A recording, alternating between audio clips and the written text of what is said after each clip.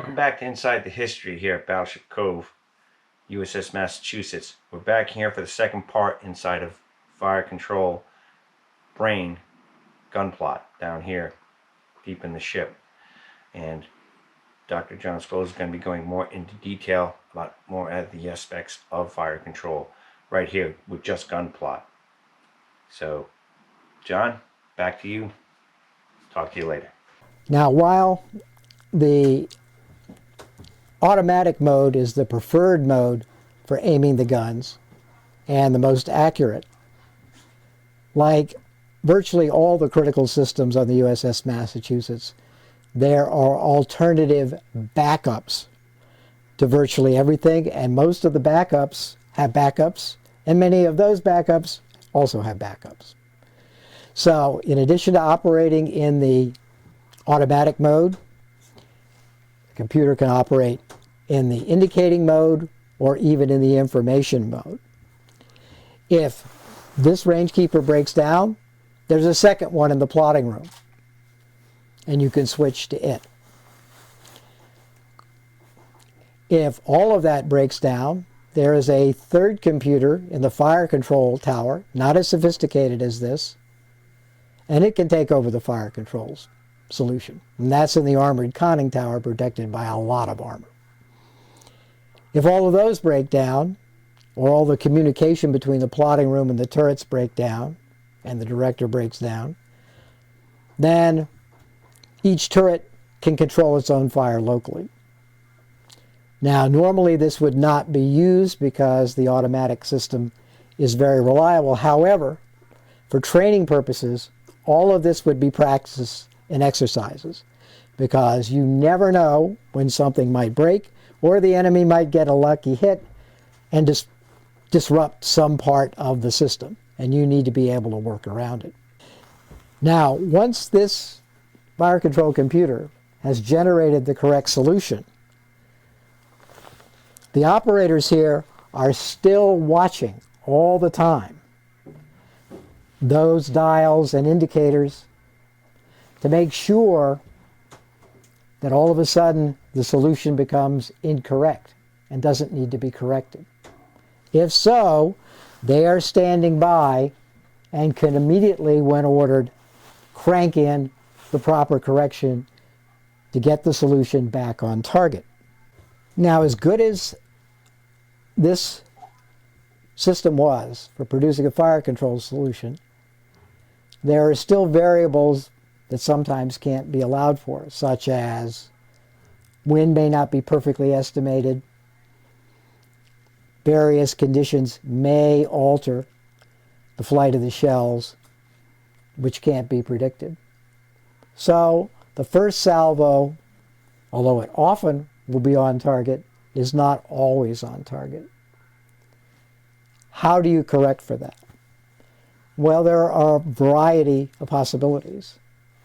Up in the director, up in spot 1, you have a spotting officer who controls the director, who's looking through a periscope, looking at the target, and seeing where the shells land relative to the target.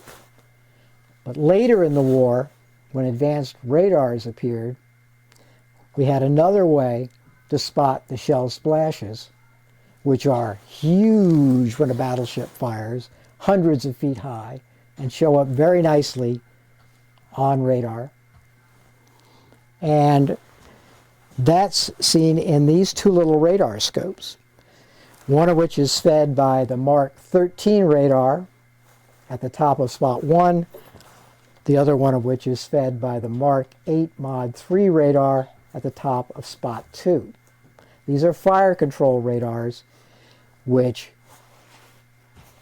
basically produce range to the target, and in the more sophisticated systems like Mark 13 and Mark 8 Mod 3 also can track the target in bearing. So they basically lock onto the target. These scopes set up a gate around the target where the shells are expected to land. Basically, it shows you a picture with the target in the center of the screen, and you can select either a 200-yard gate or a 400-yard gate. When the salvo lands, you will see not only the ship target in the center, but you'll see where all the splashes are. If the solution is perfect, the splashes will all be centered on the target, and you know how many guns were fired, so you can count the number of splashes. If you see less splashes than guns were fired, say you fire 9 guns and you see 7 splashes, that means 2 of the shells hit the target. Your solution is perfect. But let's say it's not. Let's say the shells land 100 yards long and 50 yards to the right.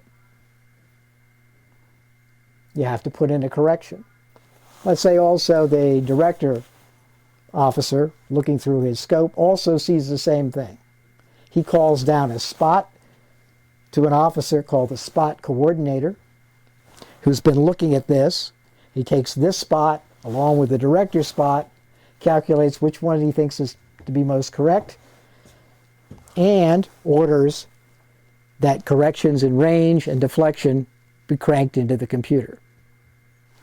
The next salvo, he observes again until he's on target.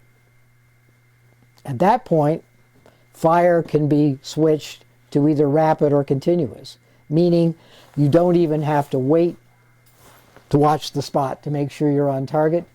You can just assume that the solution is correct and fire as fast as possible. And with a time of flight of, say, a minute, you can fire the guns twice a minute, so you wouldn't want to wait for a whole minute for the shells to come down when you can fire 2 salvos instead of 1 and get twice as many shells on target. Yes, if you have a multi-ship action with a formation of battleships and you have multiple ships firing at the target, they will usually set up a fire concentration, and they will space and time their salvos so that they land at an interval from each other. Ideally, at least a minimum of about 15 seconds apart. So let's say USS Massachusetts is the second in a line of 4 battleships. The first ship will fire, then the Massachusetts will coordinate its fire, so it fires 15 seconds later. The computer, of course, calculates time of flight and signals a buzzer when the salvo is about to land. And so you know when the buzzer goes off and you look at the screen, that's your shells coming down. Now there's another way you can also detect this if you have visual ability to see the target. And that is, shells were provided with colored dye in the shells. In the very nose is a little bag of colored dye, so when the shell hits the water, it colors the splash. Each ship has its own color. You know what your color is, so when you're observing up there in spot 1 through your telescopes, you look for your color. Say the Massachusetts is green, you look for the green colored splashes. The orange ones does belong to, the Indiana or some other ship. So the Mark 8 range keeper has now produced the correct solution and is now aiming the guns exactly where the enemy ship target is going to be.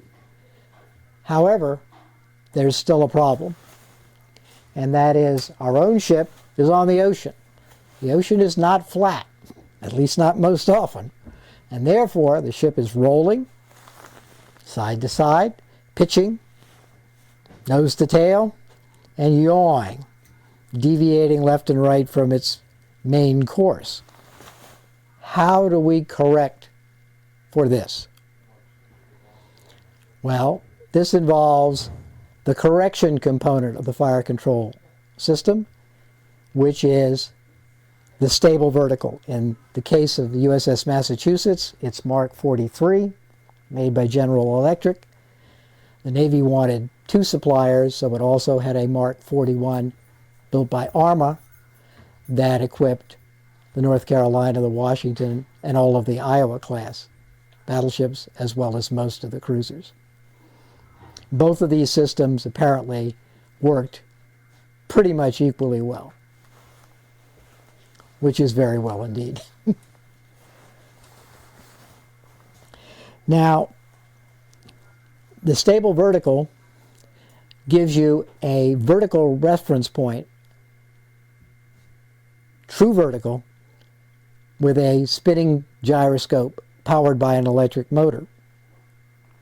This sits in a damping fluid of liquid mercury, and it has a cage of magnetic pickups around it, which sense whenever the true vertical moves from the center of the cage. In other words, it detects when the ship moves, rolls left to right, pitches up and down, or yaws side to side.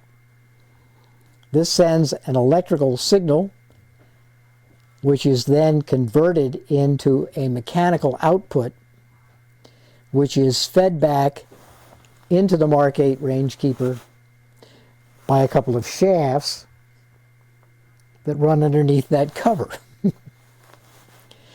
It's also transmitted electrically to stabilize other components of the fire control system, including the director and the optical rangefinder in the director. This correction is incorporated into the firing solution that is sent to the turrets to elevate and train the guns, and this is all done on a continuous basis as long as the ship is not moving too rapidly and too far, rolling or pitching too much and too rapidly. What happens in that situation? In that case, one can select a certain point in the roll at which to fire, or a certain point within the pitch, if that happens to be the more severe motion, at which to fire. And this is called selected level or selected cross level. A switch would be thrown from automatic to indicating either selected level or selected cross level, and then the stable vertical would automatically trip a switch and fire the guns at the correct point in the roll or in the pitch. Usually for the roll it would be either in the middle of the roll when the ship is upright rather than tilted to one side or the other, or at the very end of the roll where the ship kind of hangs motionless for a tiny fraction of a second before coming back. For pitch, again, usually it's when the ship is level, is when the guns would be fired. And this can be done automatically through the electric components of the system. This does slow your rate of fire because as the ship's rolling, it's only in the middle at a certain time during the roll period. As it's pitching, it's only in the middle again at a certain time in the pitch period. So this would only be done if the motion was too much for the automatic system or if the automatic system failed. Now, although in normal circumstances, selected level and selected cross level as well as automatic is done automatically without any operator involvement, if this fails, one can use an indicator dial and an operator can turn the wheels to match that dial for either level, cross level, or both to keep the stable vertical in the correct position and keep the correct information going to the computer and the correct timing for firing the guns if you're using selected level or selected cross level. So again, redundancy and a backup is characteristic of all these systems. Now, there are multiple places within the system at which the guns can be fired. They can be fired from the director up in spot 1 by either the pointer, the trainer, the cross leveler, or the director officer. They can be fired locally at the turrets by either the turret officer or by the pointer and the trainer in the sight stations, which are duplicated. But most commonly, they were fired from down here in plot. And there are 3 of these triggers. This one is basically a salvo buzzer to tell a salvo is going to be fired. This one is when the stable vertical and the computer and the system is working in automatic, which means the guns will fire as soon as they're ready to go. And this one is a manual one, in which you can fire either when you see on your indicator dials that the selected level or selected cross level is correct, or when you're on your stopwatch and you're doing a concentration fire with multiple other ships and it's your 15-second time to fire, you can then pull the trigger manually at that time. If either one of these breaks down, the other one can substitute for it. When the fire control system, including the Mark 38 director, the Mark 8 rangekeeper, the Mark 43 stable vertical were designed, the input for range and bearing was originally planned to be optical because radar was not fully developed at that time. However, later on in the war, radar became initially the preferred method of ranging because it was generally more accurate than optical ranging, especially under less than ideal visual conditions. And later on in the war, it also became very effective at tracking or generating the bearing of the target and could be used to fire the guns completely blind when one could not see the target at all. This console is for the last and most sophisticated fire control radar used with this system, the Mark 13. This gave the most precise ranges, better almost always than any optical rangefinder, and was able to track targets precisely enough to hit almost always on the first salvo, unless something like wind conditions cause it to miss. There was an operator here operating the equipment using a cathode ray tube. In addition to the display that the operator sees, there's a second display that shows the target and the shell splashes so that one can make a spot correction in case the salvo is off target, and one can also confirm that the salvo is on target and count the number of hits based on the number of shells fired versus the number of shell splashes that are observed. This sophisticated system was available to no other country in World War II. All right. Thank you, Dr. Scholes. This is some fascinating information about fire control plot in our second part. And we're going to finish up here for now and come back and give you part 3 on fire control systems here down at gun plot. And we'd like you to like, share, and subscribe here. And if you have any questions, feel free to ask them. Type it on in. We'll try to get to you and answer them as best we can. And stay tuned for the last segment of this, part 3. And we'll go in depth here as well.